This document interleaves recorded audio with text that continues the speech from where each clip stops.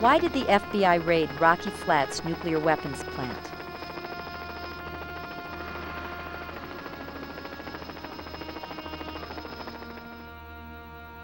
Was it the increased cancer rates in the nearby suburbs? Rocky Flats built plutonium pits for our nation's nuclear weapons. For decades, the plant burned and buried deadly plutonium and dumped it into the drinking water outside Denver. The U.S. government hid its widespread environmental crimes behind the veil of national security.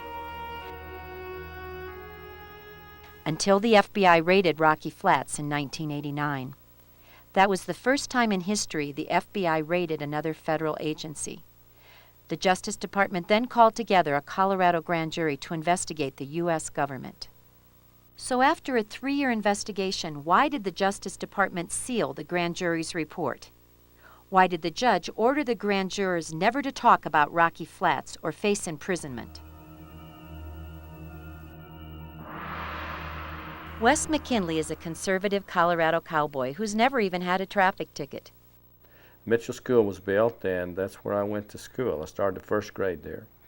And we had no running water, no electricity, outdoor bathrooms, 8 grades represented, and 1 school teacher. And every morning we started with the Pledge of Allegiance to the flag. And we believed it. And every day we stood there and believed that sure enough, this was the land of liberty and justice for all. Wes was foreman of the grand jury that investigated Rocky Flats after the FBI raid.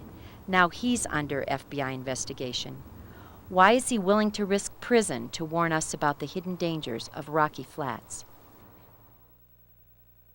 You solemnly swear to tell the truth, the whole truth, and nothing but the truth. I do. Special Agent John Lipsky led the historic FBI raid. Why did the FBI later order him to lie about it? And why is he risking everything instead to tell the truth? Things were blatantly unsafe. There were blatant violations of procedure. It was the height of the nuclear weapons production era. And everything, safety, everything was compromised for the sake of nuclear weapons production. Jackie Brever helped build nuclear weapons at Rocky Flats. Someone tried to kill her to stop her from testifying to the grand jury. It didn't stop her. She testified anyway, despite continuing threats to her daughter and herself. Then she and young Jessica went into hiding for 10 years. Why is Jackie Brever now come out of hiding willing to again risk her life to talk about Rocky Flats? Why is Special Agent John Lipsky risking his career and his reputation? Why is Wes McKinley risking prison to talk about what happened in the secret Rocky Flats grand jury sessions? What's so important about Rocky Flats that Jackie, John, and Wes are willing to take such personal risks? Rocky Flats is proposed to be turned into a wilderness and a recreational area for children. And we heard, like I said, much testimony, many documents, proving that this was one of the most contaminated places in the world. And now we're going to let children come and roam freely, kick up the dust, breathe the plutonium scattered throughout there.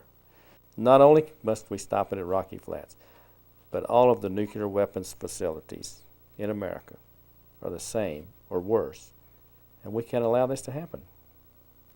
If Rocky Flats is called into accountability for the allegations of the environmental crimes that they committed, then other nuclear weapons facilities can be called into accountability.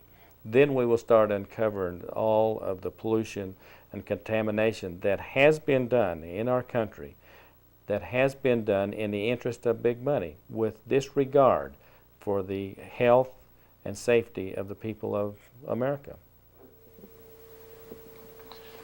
Here's the 771 incinerator. A citizen's investigation is a group of people saying, look, we've had enough of this. We think there's crimes. We think there's a situation that needs to be remedied, and we're going to do that. The citizen's investigation proved the government covered up the nuclear crimes committed at Rocky Flats. And we worked long and hard on Bushwhacked.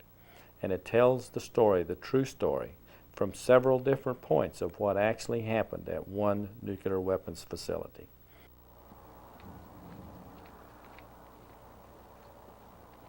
If I speak out, I know I could go to prison.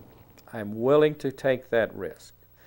The thought of going to prison scares me. It's unthinkable.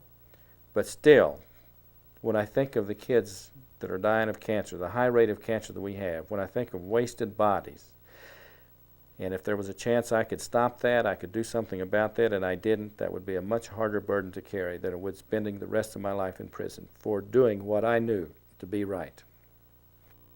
We are the government. And we sit around and say, you know, here's what they're doing, but we're the ones that are the government, and it's because we don't take an active role. Democracy is not a spectator form of government.